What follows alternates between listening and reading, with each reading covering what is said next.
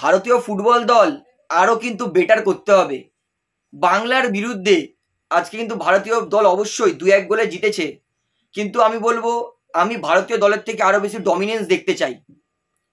কারণ অবশ্যই ভারতের আপকামিং যে match AFC Asian cup qualifier match, মানে কিন্তু এটা ভারতীয় দলের জন্য বিশাল বিশাল বিশাল বড় ম্যাচ। থাইল্যান্ড আরও বেশি কিন্তু শক্তিশালী প্রতিপক্ষ। তারপরে হংকংয়ের সাথে ম্যাচ আছে, সিঙ্গাপুরের সঙ্গে ম্যাচ আছে। ভারতীয় দলকে কিন্তু নিজের খেলা আরও এক লেভেল উপরে নিয়ে যেতে হবে। আজকের বলবো ভারতীয় দল আর বেঙ্গল দল দুজন কিন্তু কাঁধে কাঁধ লাগিয়ে লড়াই করেছে। দেখুন অবশ্যই ভারতীয় দল অনেক বেটার, এতে এক ফোঁটাও সন্দেহ নেই। যদি বলেন আমি বলবো ভারতীয় দল এদিন 60 ছিল আর বেঙ্গল দল 40, এবং ম্যাচের ফলাফলও কিন্তু তাই হয়েছে, 2-1 ভারত জিতেছে। কিন্তু আমরা কিন্তু ভারতের থেকে আরো বেশি ডমিনেন্স দেখতে চাই।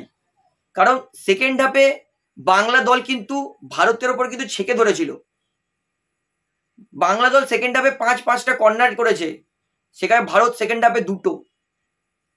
একেবারেই বলবো না যে বাংলার ওপর ডমিনেট করেছে, না, বাংলা কিন্তু চোখে চোখ রেখে লড়াই করেছে।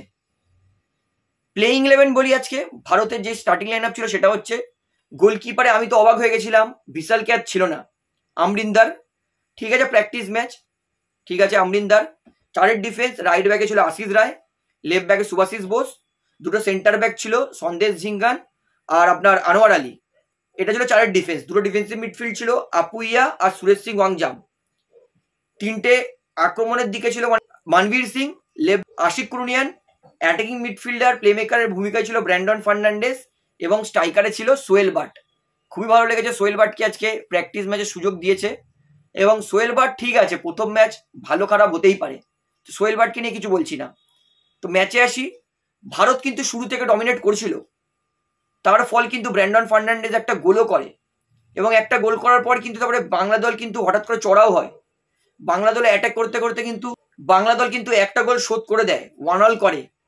এবং শেষ মুহূর্তে কিন্তু, এবং সেকেন্ড হাফের শেষ মুহূর্তে কিন্তু আশিক কুরুনিয়ানের কিন্তু করা গোলে কিন্তু ভারতীয় দল নিজের মান ইজ্জত বাঁচায় এবং 2-1 গোলে কিন্তু বাংলা দলকে হারিয়ে দেয়।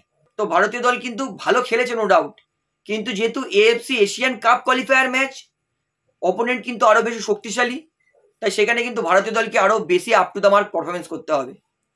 তো বলে দিচ্ছি, ক্লোজ দ্য ডোর ম্যাচ ছিল, কোনো ভিডিও কিন্তু করা অ্যালাউ ছিল না। ভিডিওটা এখানে শেষ করছি, আশা করি ভালো লাগলো। তো ভিডিওটি ভালো লাগলে অবশ্যই লাইক করুন, কমেন্ট করুন, শেয়ার করুন। ধন্যবাদ।